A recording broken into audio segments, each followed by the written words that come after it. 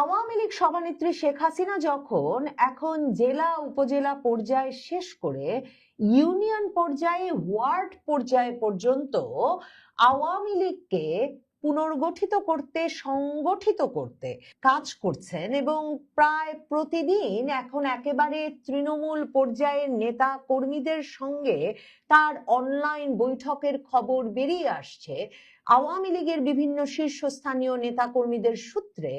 তখন আওয়ামী লীগের সাধারণ সম্পাদক পর্যায়ে পরিবর্তন আসছে কিনা তা নিয়ে আবারও সংবাদ মাধ্যমে আলাপ শুরু হয়েছে। বাংলাদেশের সংবাদপত্র টাইমস অফ বাংলাদেশ আজকে খবর করেছে যে ওবায়দুল কাদেরের গেম ওভার, মানে আওয়ামী লীগ রাজনীতিতে ওবায়দুল কাদেরের খেলা শেষ হতে চলেছে।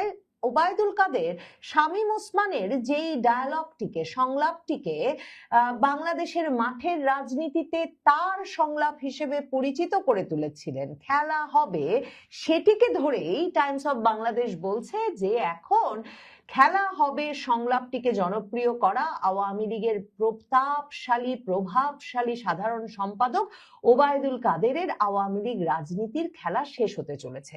ওবায়দুল কাদের যে সাধারণ সম্পাদক পদে সম্ভবত আগামীর কাউন্সিলে আর থাকছেন না, সেটা আসলে কোনো বিস্ময়কর খবর বা নতুন খবর নিশ্চয়ই নয়। কারণ ভারতে প্রবাসে নির্বাসিত জীবনে আওয়ামী লীগের যে রাজনৈতিক কর্মকাণ্ড কিংবা আওয়ামী লীগের যে শীর্ষ নেতৃবৃন্দ দলের সঙ্গে দলের বিভিন্ন কার্যক্রমে ক্রমাগত যোগাযোগ রাখছেন, শেখ হাসিনার বিভিন্ন নির্দেশনা নেতৃবৃন্দকে পৌঁছে দিচ্ছেন, নেতাকর্মীদের পৌঁছে দিচ্ছেন, তার একজন ওবায়দুল কাদের 2024-এর আগস্টের পর থেকে কখনোই হয়ে উঠতে পারেননি। ওবায়দুল কাদের অনলাইনে সাক্ষাৎকার দিয়েছেন, দিয়ে বলেছেনও যে তিনি নিরাপদে ভারতে পৌঁছানোর পর তার নেত্রী শেখ হাসিনা ফোন করে তার শারীরিক অবস্থার খোঁজ খবর নিয়েছেন বটে, কিন্তু তাকে দলীয় কর্মকাণ্ডে কখনো সক্রিয় হতে দেখা যায় নাই। টাইমস অফ বাংলাদেশ খবর দিচ্ছে এমনকি ওবায়দুল কাদেরকে শেখ হাসিনা নাকি দিল্লিতেও ডেকেছিলেন, কিন্তু শেখ হাসিনার দিল্লিতে ডাকবার পরেও তিনি সেই দিল্লিতে সাক্ষাৎ করতেও শেখ হাসিনার কাছে যান নাই এবং বলা মুশকিল ভয় অভিমান নাকি অন্য কোনো কারণে ওবায়দুল কাদের দিল্লিতে শেখ হাসিনার সঙ্গে সাক্ষাৎ করেন নাই। কিন্তু শেখ হাসিনা আসলে দল সংগঠনের কাজটি অন্য কারো উপর ছেড়ে দেন নাই, তিনি নিজেই দলকে সংগঠিত করছেন, পুনর্গঠিত করছেন এবং আন্তর্জাতিক সংবাদ মাধ্যমের সঙ্গে সাক্ষাৎকারে তিনি পরিষ্কারভাবে বারবার বলেছেন যে আওয়ামী লীগ গণতান্ত্রিক দল, আওয়ামী লীগ তার নেতৃত্ব কাউন্সিলের মাধ্যমে নিয়মানুযায়ী নির্ধারণ করবে। এবং এমনকি হিন্দুস্তান টাইমসের সঙ্গে সাক্ষাৎকারে সম্প্রতি তিনি এটাও বলেছেন, ওই যে যারা সারাক্ষণ আওয়ামী লীগকে রিফাইন্ড করার, শুদ্ধিকরণ করার কথা বলে, তারা আসলে আওয়ামী লীগের বিরুদ্ধে ষড়যন্ত্রকারী পক্ষ, আওয়ামী লীগের বিরোধী পক্ষ, এবং এসব কথা বলে তারা দলটাকে আসলে অসংগঠিত করতে চায়, দুর্বল করতে চায়। আওয়ামী লীগ নিজের প্রক্রিয়ায়, গণতান্ত্রিক প্রক্রিয়াতে নেতৃত্ব বেছে নেবেন।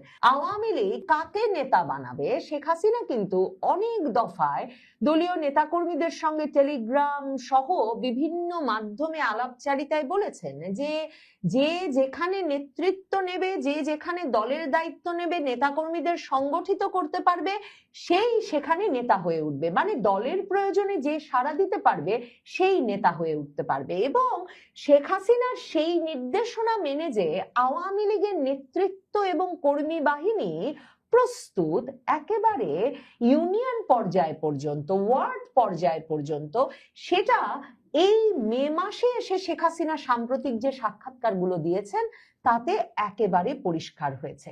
টাইমস অফ বাংলাদেশ বলছে যে শেখ হাসিনা আওয়ামী লীগ এমন একজন সাধারণ সম্পাদক এখন খুঁজছেন যারা ওবায়দুল কাদেরের মতো আলোচিত, ফ্যাশন সচেতন, উচ্চকণ্ঠ না হলেও প্রয়াত রাষ্ট্রপতি জিল্লুর রহমান কিংবা প্রয়াত সাধারণ সম্পাদক সৈয়দ আশরাফুল ইসলামের মতো ভদ্র, নিবেদিত প্রাণ, দায়িত্বশীল এবং সংকট মোকাবিলায় দক্ষ। মানে ওবায়দুল কাদের তার পুরো জীবনটাই আওয়ামী লীগের রাজনীতিতেই কাটিয়েছেন। ছাত্রলীগের সভাপতি থেকে পরে আওয়ামী লীগের সাধারণ সম্পাদক হয়েছেন ওবায়দুল কাদের। কিন্তু তার বিরুদ্ধে মূল অভিযোগ হচ্ছে যে তিনি দলের নিবেদিত প্রাণ পরীক্ষিত নেতাদের মূল্য দেন নাই, অবমূল্যায়ন করেছেন এবং তথাকথিত হাইব্রিড নেতাদের গুরুত্ব দিয়েছেন। এছাড়া উপকমিটিগুলোতে পদ দেওয়ার ক্ষেত্রে অনিয়ম, প্রভাব বাণিজ্যের অভিযোগও তার বিরুদ্ধে রয়েছে। অনেকের মতে তিনি অতিরিক্ত নাটকীয় রাজনৈতিক ভাষণ, চলচ্চিত্র অভিনেত্রী ও মডেলদের সঙ্গে প্রকাশ্য মেলামেশা এবং ব্যক্তিকেন্দ্রিক প্রচারের মাধ্যমে রাজনীতিকে অনেকটা বিনোদনের রূপ দিয়েছিলেন। এগুলো টাইমস অফ বাংলাদেশ লিখছে বটে, কিন্তু শেখ হাসিনা তার কোন নেতার সম্পর্কে কোনো নেতিবাচক মন্তব্য 2024-এর আগস্টের পর থেকে কখনো করেন নাই। বরং তিনি এই যে আওয়ামী লীগের বিভিন্ন নেতাদেরকে নিয়ে যত সমালোচনা সামাজিক যোগাযোগ মাধ্যমে কিংবা এসব প্রশ্ন যখন তাকে করা হয়েছে যে তৃণমূলের নেতারা বলছেন যে বড় বড় নেতা, মন্ত্রী, এমপিরা তো তাদের খোঁজ খবর রাখছেন না, তারা যথেষ্ট নিবেদিত প্রাণ নন, তারা তৃণমূলের সঙ্গে সম্পর্ক ছিন্ন হয়ে পড়েছেন। শেখ হাসিনা বারবার বলেছেন আওয়ামী লীগ একটা গণতান্ত্রিক দল বলেই আওয়ামী লীগের ভেতরে সবসময় নেতাদের একটা সমালোচনার সুযোগ থাকে এবং আওয়ামী লীগ সবসময়ই যে দলের দাবি এবং আকাঙ্ক্ষা পূরণ করে নেতা কর্মীদের সাথে নিয়ে কাজ করতে পারে সেই নেতারাই টিকে থাকেন, আর অন্য নেতারা ঝরে পড়ে গণতান্ত্রিক প্রক্রিয়ায়।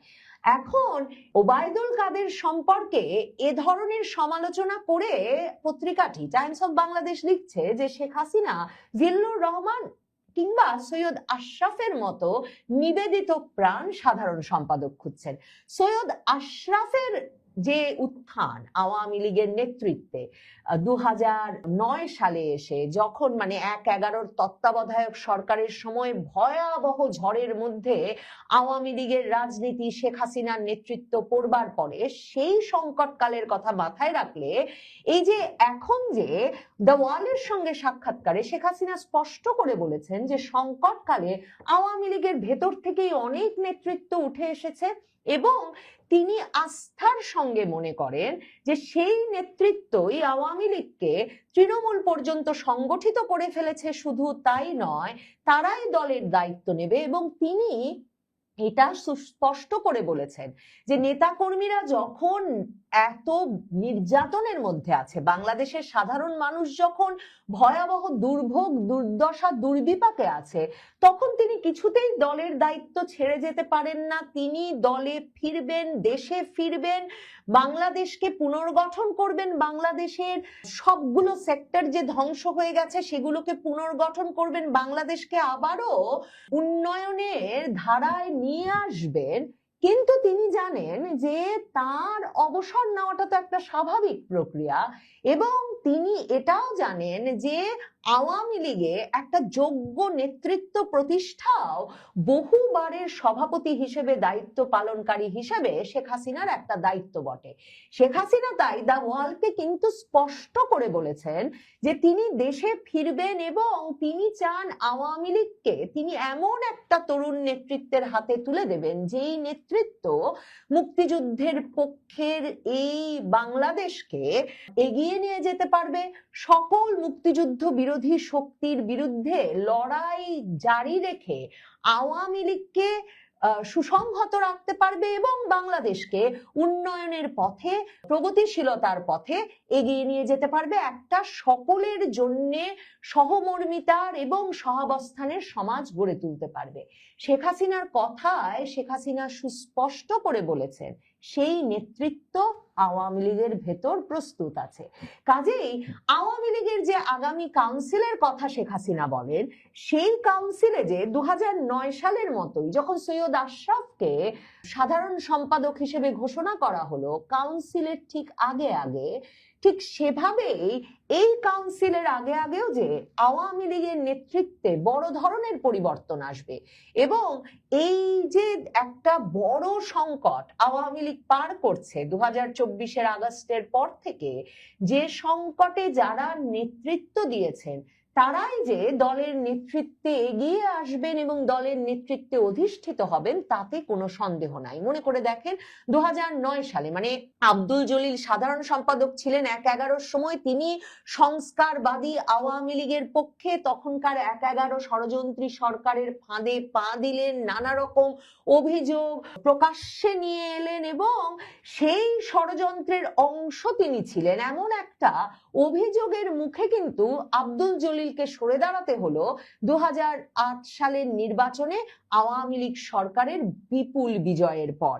এবং 2009 সালের কাউন্সিলের আগে আব্দুল জলিল পদত্যাগপত্র দিলেন এবং সৈয়দ আশরাফ দলের দায়িত্বে এলেন। শুধু তো 1/11 সরকারের সময় শক্তভাবে শেখ হাসিনার পাশে দাঁড়ানো, আওয়ামী লীগের পাশে দাঁড়ানো সৈয়দ আশরাফ 1/11 পরবর্তীতে আওয়ামী লীগের নেতৃত্বে এলেন তাই নয়। মনে করে দেখেন দীপু মনি, শাহরিয়ার আলম, জুনায়েদ আহমেদ পলক সহ একদল তরুণ নেতৃত্ব তখন আওয়ামী লীগের কেন্দ্রে এসে অধিষ্ঠিত হলো। এখন হয়তো আমি অনেক তৃণমূলের তরুণ নেতৃত্বের নাম মনে করতে পারছি না, কিন্তু ওই 1/11 সরকারের সময় যারা সংকটকালে দলকে সংগঠিত রেখেছেন তারাই কিন্তু পরবর্তীতে আওয়ামী লীগের সাংগঠনিক সম্পাদকের পদ সহ সকল নেতৃত্বস্থানীয় পদ পেয়েছেন 2009 কাউন্সিল থেকে। মানে দলটা খোল নলচে পাল্টে, মানে যেই বড় বড় কুতুবদের দল ছিল, বিরাট প্রবীণ রাজনীতিবিদ, বহু দশকের আওয়ামী লীগ রাজনীতি করা যেই ব্যক্তিবর্গ আমৃত্যু ওসব পদে শীর্ষস্থানীয় পদগুলোতে থেকে যাবেন বলে একরকমের ধারণা করা হতো এক সময়, তারা কিন্তু আর দলে টিকতে পারলেন না ওই সংকটটা পার হওয়ার পর। কাজেই শেখ হাসিনা যখন বলছেন যে নেতৃত্ব প্রস্তুত, এই সংকটকালে যারা দলকে সংগঠিত করেছে, সংগঠিত রেখেছে, এই সংকটকালে দলের প্রয়োজনে সবচেয়ে কার্যকরী ভূমিকা যারা রাখছেন তারাই দলের নেতৃত্বে উঠে আসবেন, তখন বুঝতে বাকি থাকে না দলের সাধারণ সম্পাদক পদটিও হয়তো ওবায়দুল কাদেরের যেমন থাকবে না, দলের গুরুত্বপূর্ণ শীর্ষস্থানীয় অনেক পদেই ব্যাপক রদবদল দেখা যাবে। কারণ এরকম অনেক পদের ব্যক্তিবর্গই এখন পর্যন্ত আওয়ামী লীগের রাজনীতিতে নিজেদেরকে এই সংকটকালে সক্রিয় বা প্রয়োজনীয় করে তুলতে পারেন নাই। শেখ হাসিনার কাছে এই নাম আছে, কারা কোথায় কোন জায়গায় কিভাবে কাজ করতে পারছেন এবং করছেন। শেখ হাসিনা সুস্পষ্টভাবে দ্য ওয়ালের সঙ্গে সাক্ষাৎকারে বলেছেন যে রাজনৈতিক প্রতিপক্ষরা দলের ভেতরে অন্তর্কোন্দল এবং বিভক্তি তৈরির বিষয়ে সব সময় সচেষ্ট থাকে, প্রতিকূল সময়ে তা আরো বৃদ্ধি পায়। আমি নিশ্চিতভাবে বলতে পারি দলীয় নেতৃবৃন্দের প্রত্যেকের অবদান, কর্মীদের সঙ্গে তাদের যোগাযোগ, তাদের রাজনৈতিক কর্মকাণ্ডের ব্যাপারে আমি সম্পূর্ণরূপে অবগত আছি। যারা দলের স্বার্থে, দেশের স্বার্থে সকল প্রতিকূলতা সত্ত্বেও কাজ করে যাচ্ছে দলীয়ভাবে, তাদেরকেই মূল্যায়ন করা হবে। এবং শেখ হাসিনা দ্য ওয়ালের সঙ্গে সাক্ষাৎকারে এর আগেই বলেছিলেন যে ঢাকার এলিটরা নয়, আওয়ামী লীগের নতুন নেতৃত্বে আসবেন দলের সব জেলার সেই সব লোকেরা যারা মুক্তিযুদ্ধের চেতনাকে ধারণ করে দল ও দেশকে এগিয়ে নিয়ে যেতে পারে।